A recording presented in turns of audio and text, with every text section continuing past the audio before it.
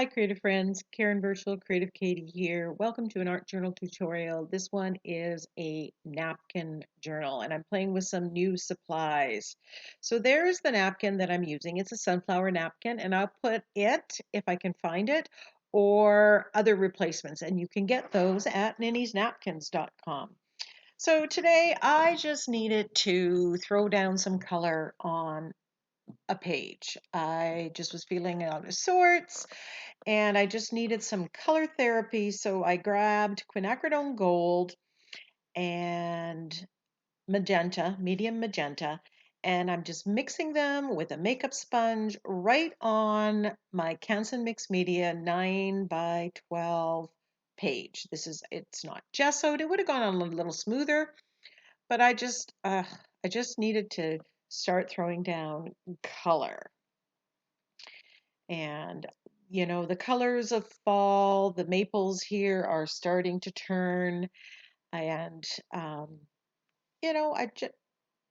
just wanted to doing that. And that was about as far as my plan was. I didn't have an idea of stencils or stamps or napkins for this page. I just wanted to start. So my goal, if anything, was to use some new things. This is a new stencil for me. It's called Mums. It's one of the Crafters Workshop, and this is the 12 by 12.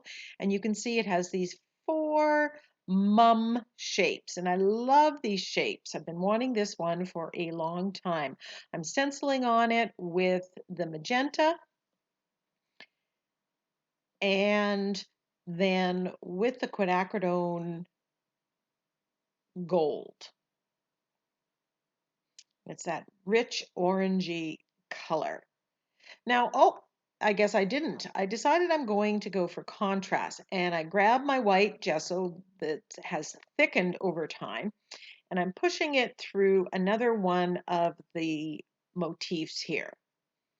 And I'm absolutely loving that effect. It's adding some texture to the page, not as much as modeling paste. You can thin down modeling paste and use it with gesso, or you can let your gesso, a little bit air dry and it might thicken as well. Do a sample and see. So I'm just adding to it, and this contrast is really making me happy, and I'm just adding more to this.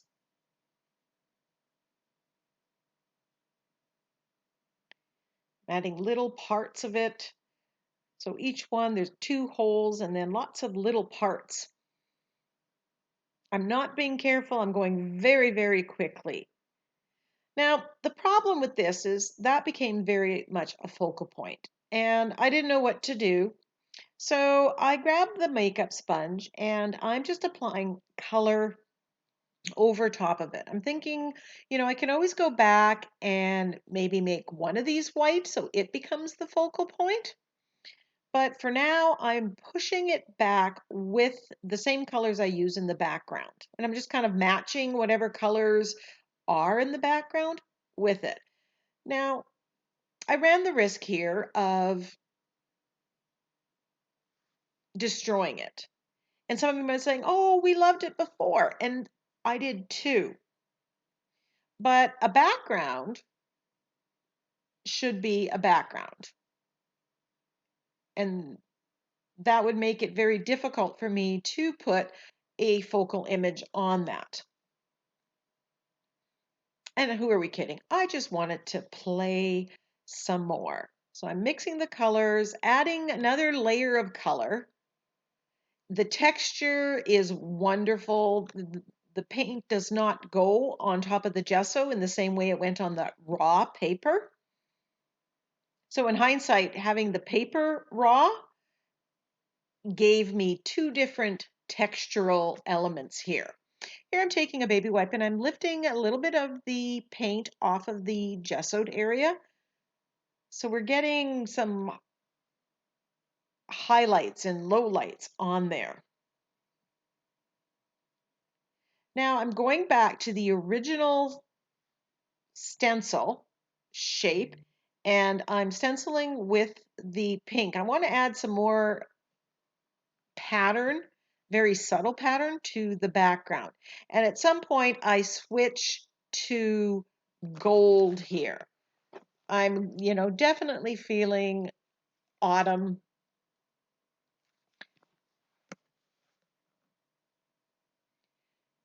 And the gold really goes well. And you can see that shimmer when I pick it up. And just that pattern. So in the right light, you can see it, but then it's not there. So it's a subtle way of adding pattern to your page or product.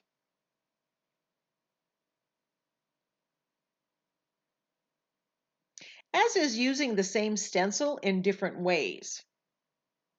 So we've got it texturized, we have it stenciled with metallic.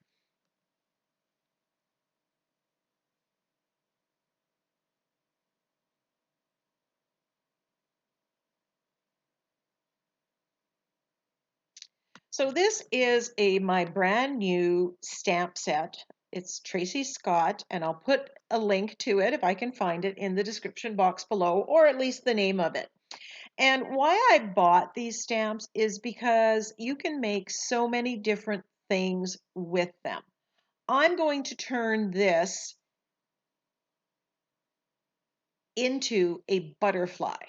So I'm just stamping this out with archival ink on regular copy paper. It's a little heavier weight than, the Walmart copy paper, which I like. It doesn't pill with water. It stands up to medium a little bit better. And it's something that I get at Costco.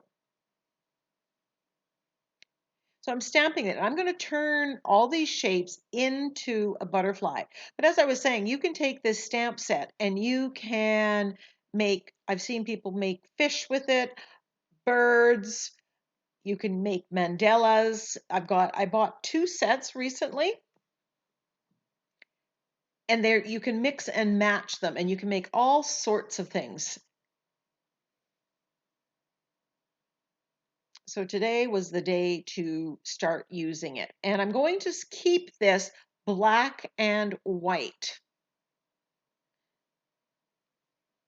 I have a very colorful background that I love. This has so much pattern in it. One of the things that Tracy Scott says in some of her free videos and things that I've seen is just keep your stamp pad juicy and then you get that dark black print. I am not a stamper, so I am learning how to get a good print. Usually for a background, it doesn't really matter, so I'm not too careful. So this napkin that I'm using is called Last Scent of Summer. And while I love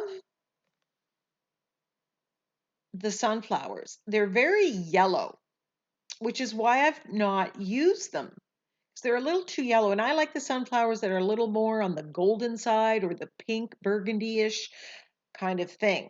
And I thought if I decoupage these down, then they're going to pick up that hue from the background. And it might be a win-win. So with the stamp set, I'm using it to create something of my own, the butterfly. Now I'm taking apart this napkin and I'm water cutting all various parts of it. And then I'm going to build my composition exactly how I want it. So I can fit it to the size page that I have. I can just make it work. So at first I'm just water cutting it. Now with the napkins, you need to take off the 2 plies of white napkin and save those because you can use that for all sorts of combinations. So I was kind of lazy here and I didn't water cut really carefully. I usually go very, very close and take the time. I didn't do that here. And you can see the white parts. Use lots of fluid matte medium and you minimize how that will show. So now I'm just layering up these sunflowers, and you can see they do kind of fade into the background, but they're more of a supportive focal image. They're not the main focal image. The butterfly is. These are more supportive, more part of the background. And I love how the shape of the sunflower leaves match the shape of the stencil, matches some of the shapes that are in that stamp. And that's how you build cohesiveness into a page. The different elements that you use have something in common and they play together, they work well together.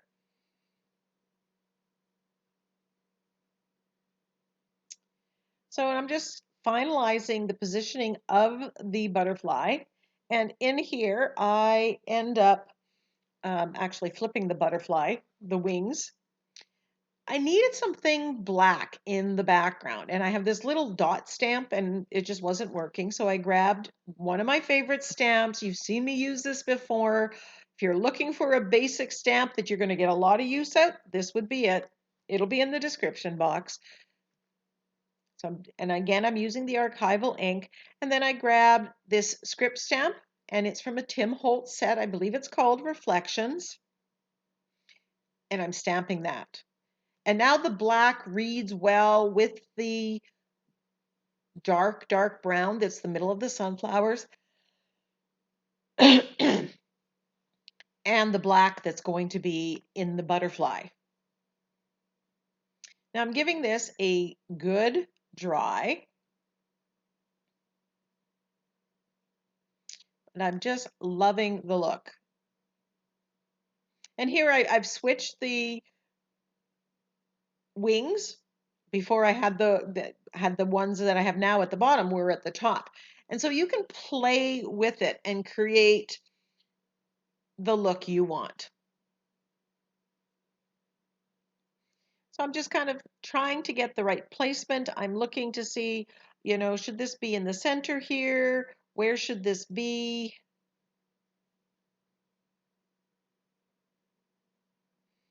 Once I get it in, I kind of squeeze some of the matte medium underneath and then lift it up. Now, if you don't have this stamp, you can use a free printable butterfly, a stamped image if you want. This one's bigger than a stamp, and that's why I love it, because it's going to fit on a larger page.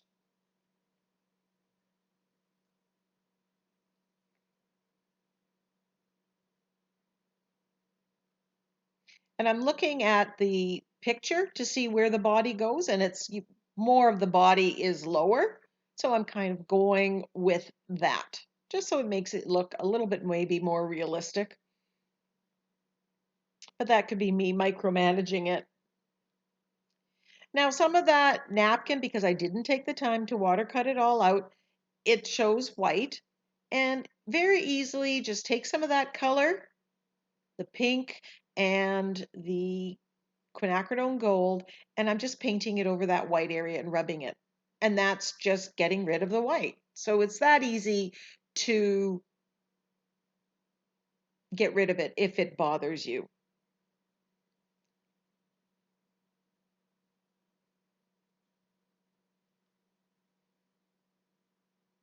Now you can see the sunflowers aren't overly showy right now, but hang on, we're going to take care of that. So I am using General's charcoal pen, and it comes in extra soft, soft, and medium. Now the soft really falls apart and is great for shading around the outside. And I like this because it really, you get that dark line. And I'm shading around the page first to determine what I want to do with the rest on the inside. It frames my page and it points me in the direction of what I need to do. So now I'm going to use that again, and I'm using a tortillon, I believe it's called. I could be getting that wrong. It's a blending tool, and I'm using the extra soft or soft, and then I'm just blending this out. Now the charcoal is not permanent, so if I put wet medium on this, it's going to lift. But that's not bad because if I get a look I don't like, I can lift it off as long as it's on a non-porous surface. So I'm just blending here. Yes, normally I'm using my floating acrylic technique, but I want to show that there are other ways of doing it, and this is a really easy one. And these general charcoal pencils, they're really nice and dark.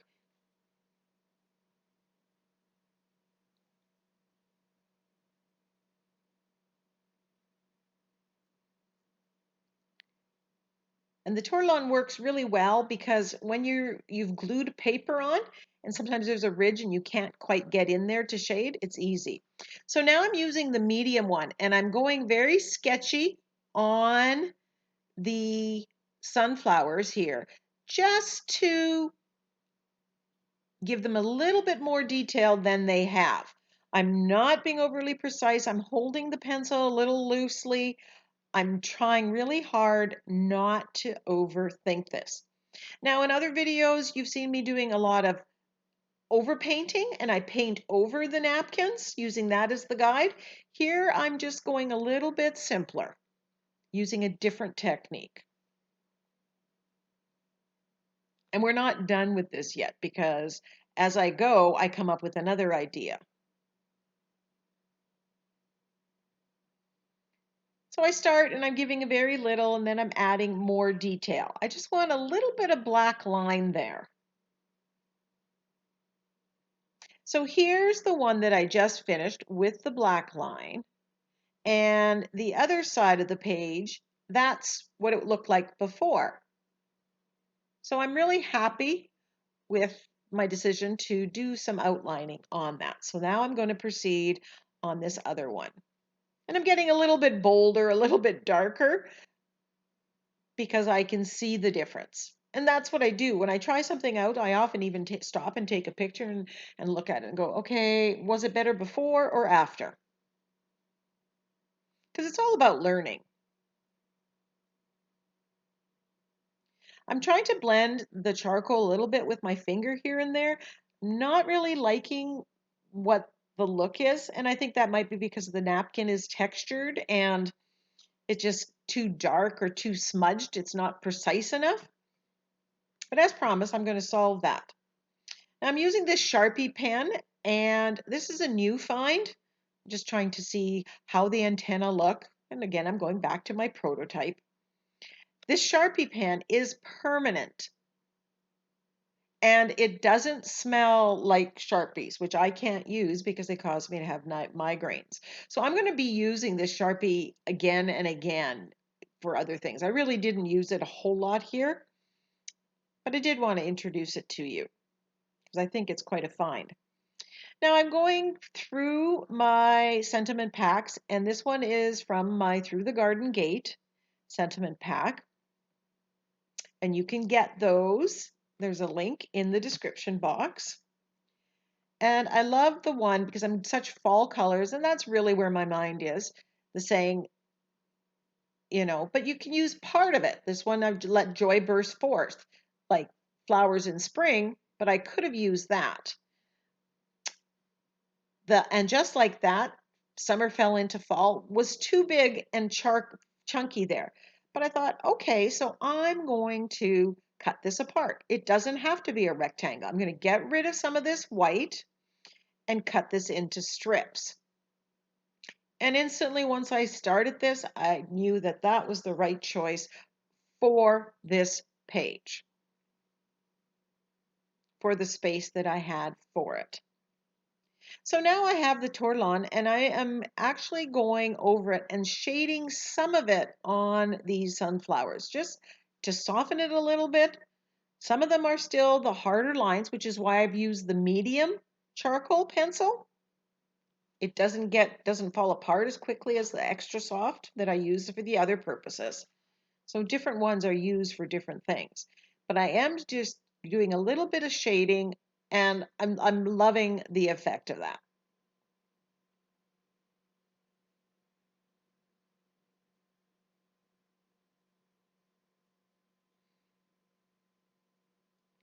I laugh at this page because I really had no idea. I was just, like I said, I was at odds. I just wanted to get some color therapy going, but it just turned into this wonderful page. Whereas other times I'm sitting in there and I'm looking at the napkins and I'm looking at the stamps and I got nothing. Sometimes you just have to start. I can't tell you the number of times I picked up that stamp, I picked up that napkin and that stencil. And yet right here it all seemingly fell in together perfectly. Inspiration exists. It just has to find you working. So I glued the sentiment down with matte medium. And again, I had to remind myself to be careful because any of the charcoal I touched with the brush is going to move and get onto the white of the sentiment. Remove the tape across the top. Remember, this is from my Canson Mixed Media journal, and I took it off the coils this time. It's so much easier to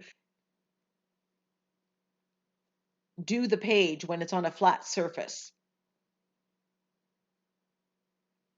Using my Sakura glaze pen to outline the sentiment.